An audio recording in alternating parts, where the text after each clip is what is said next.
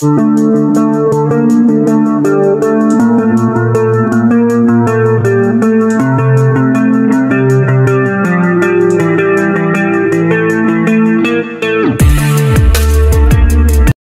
बार की बात है, किसी जंगल में कौवा रहता था।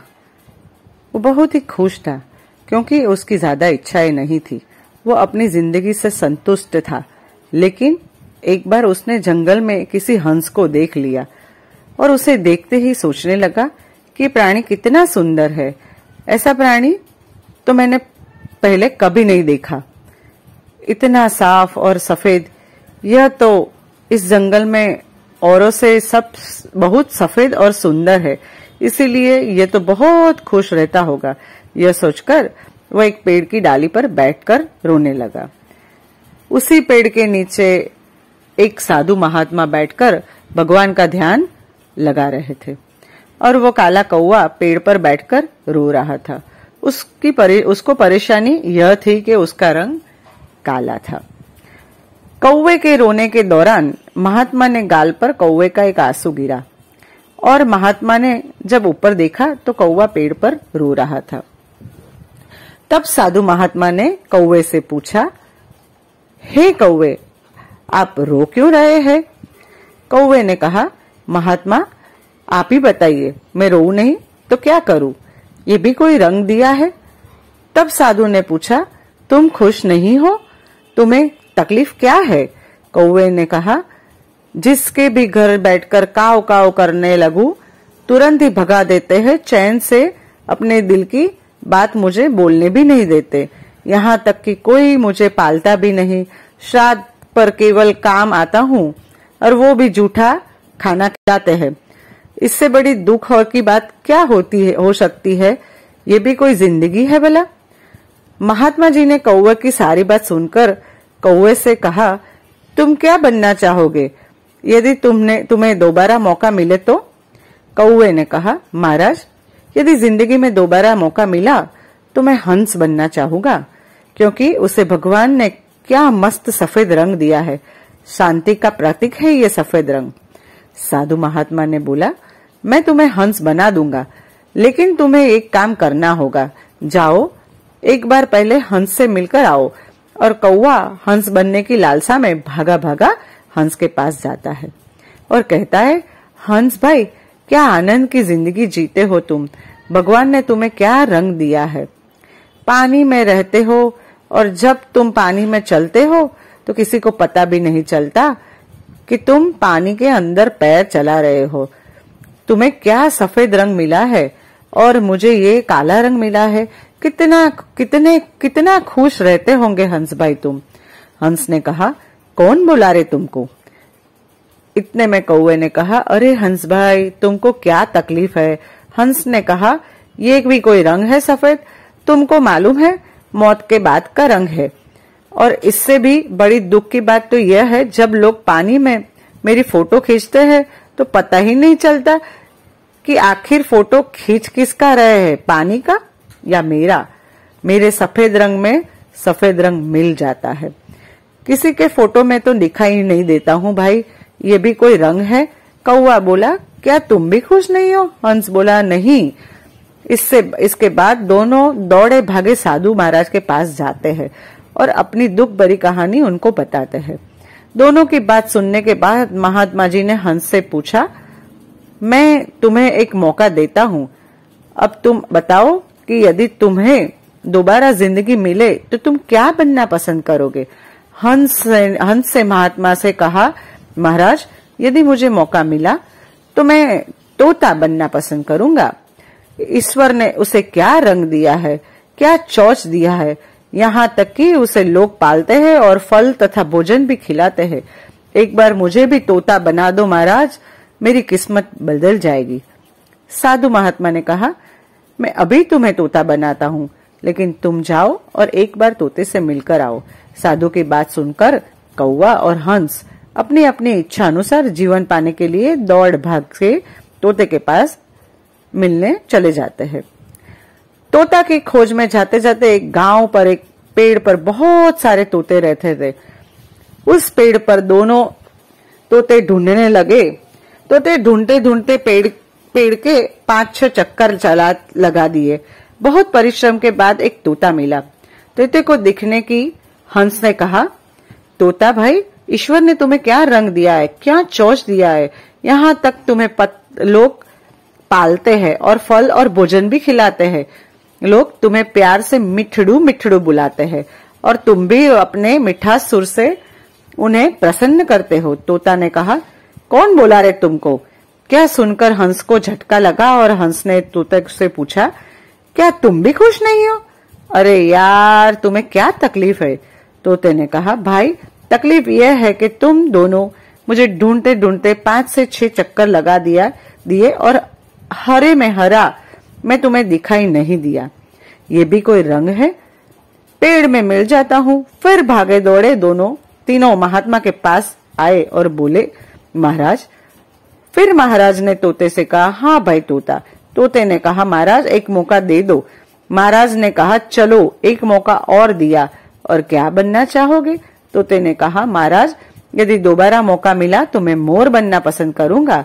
क्या मधुर आवाज होती है, जब नाचती है तो लोग फोटो खींचते हैं और सेल्फी भी लेते हैं। और तो और किताबों में पढ़ा जाता है कि मोर राष्ट्रीय पक्षी है। महाराज ने बोला, मैं तुम तीनों को मनचाहा बनाता हूँ, लेकिन तुम सब आओ और एक बार मोर से मिलकर आओ। महाराज की आज्ञा का पालन करने के लिए कौवा, हंस और तोता तीनों मोर के पास तलाश में निकल पड़े और जाते जाते बगीचे में एक मोर मिला और मोर के पास जाकर बोले, मोर भाई, क्या जिंदगी दिया है भगवान ने तुमको। आहा, तेरे पंख जब खुलते हैं तो लोग इंतजार करते हैं फोटो खींचने का और सेल्फी लेने का। लोग तुझे भारत का राष्ट्रीय पक्षी के नाम से जानते हैं। लोग तुम्हारे दीवाने हैं। लोग तुम्हारे नाचने का इंतजार करते हैं। कितना खुश रहते होगे तुम। मोर ने कहा, कौन बुला रहे तुमको? तोते ने कहा, तुझको भी तकलीफ है? मोर ने बोला, बहुत तकलीफ है। तोते ने पूछा, यार भाई तुझको क्या तकलीफ है? मोर ने कौवा, हंस और तोता से कहा, तुम तीनों कुछ समय के लिए शांत हो जाओ और ध्यान से आवाज सुनो और चारों एक पेड़ के पीछे छुपकर ध्यान से सुनते हो तो धम धम किसी के आने की आवाज सुनाई देती है। धम धम की आवाज सुनने के बाद कौवा, हंस और तोता ने मोर से पूछा, ये आवाज कैसी है? मोर ने कहा, ये शिकारी के आने की आवाज है। ये आएगा और हमको मार डालेगा। मेरे जिस्म से सारे पंख को नोच नोच कर बाजार में बेचेगा और लोग इसे खरीद कर अपने घरों में लगाएंगे और मेरे मांस को लोग बनाकर खाएंगे। ये भी कोई जीवन है? कौन मूर्ख बनना चाहेगा? मोर, कौवा, हंस और तोता ने कहा, क्या तुम भी खुश नहीं हो? मोर ने बोला, अरे भाई, अगले घंटे का ही पता नहीं है, मेरा क्या होगा इस स्थिति में, भला कैसे खुश रहूं? मोर की ये बात सुनकर कौवे को बहुत क्रोध आया और क्रोध में कौवे ने मोर से पूछा, ना हंस खुश, ना मोर खुश, ना तोता खुश, ना ही तुम खुश, तो ये बताओ कि मेरे हिसाब से कौन खुश है? कौवे ने मोर से बोला, तू। फिर कौवे ने मोर से पूछा, मैं कैसे? मोर ने कौवे को समझाते हुए कहा, तुमने चिकन बिरयानी का नाम सुना है? कौवे ने मोर से कहा, तुमने मटन बिरयानी का नाम सुना है? कौवे ने मोर से कहा, तुमने कौवा बिरयानी का नाम सुना है? कौवे ने मोर से बोला, नहीं। तुम्हें किसी शिकारी से जान गंवाने का खतरा है? कौवा बोला, नहीं। तुम्हें कोई मारेगा? कौवा बोला, नहीं। तुम्हें किसी से तकलीफ? कौवा बोला, नहीं। किसी को तुमसे कोई तकलीफ? कौवा बोला, नहीं। तब तो तू निडर होके मस्त जी रहा है और हमें तो अगले घंटे का तक का पता नहीं, कब किसके हाथों मार दिया जाऊं। भाई, अगर सुंदर हूं तो भी क्या फर्क पड़ता है? मुझे लोग चिड़ियाघर में कैद करते हैं, लेकिन तुम्हें तो कोई चिड़ियाघर में कैद नहीं करके नहीं रखता और तुम जहां चाहो अपनी मर्जी से घूम फिर सकते हो। इसीलिए दुनिया के सबसे संतुष्ट और खुश जीव तो तुम्हें होना चाहिए, क्योंकि तुम आजाद रहते हो। कौवा हैरान हो गया, क्योंकि इसके जीवन में अहमियत कोई दूसरा बता रहा था, उसके जीवन की अहमियत कोई दूसरा बता रहा था। दोस्तों, ऐसा ही हम लोग भी करते हैं। हम अपनी खुशियों और गुणों की तुलना दूसरों से करते हैं। ऐसे लोग से जिनका रहन सहन का माहौल हमसे बिल्कुल अलग होता है। हमारी जिंदगी में बहुत सारी चीज ऐसी होती है जो केवल हमारे पास है, लेकिन हम उसकी अहमियत समझकर खुश नहीं होते। लेकिन दूसरों की छोटी खुशी भी हमें बड़ी लगती है, जबकि ये अपनी बड़ी खुशियों को इग्नोर कर देते हैं। यदि हम अपनी उपलब्धियों और दक्षता को जांचना शुरू करें तो हम सच में आगे बढ़ सकते हैं। अपनी तुलना दूसरों के साथ करना बहुत आम बात है और इससे जलन का अनुभव होना भी सामान्य गुण है। लेकिन जब आप अपनी क्षमताओं के बारे में सोचे बिना सिर्फ अपनी कमियों को सोचकर परेशान होते हो तो आप गलत रास्ते पर जा रहे हो।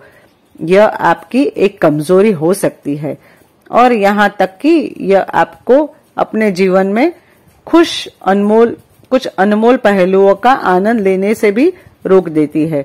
दूसरे लोगों के साथ निरंतर की जा रही तुलना में आपके आत्मसम्मान को कम कर देती है और इससे आप अपने ही बारे में बुरा लगने लगता है। खुद को अपनी नजर से ही देखकर ही आप अपनी तुलना करने की लत से छुटकारा पा सकते हो।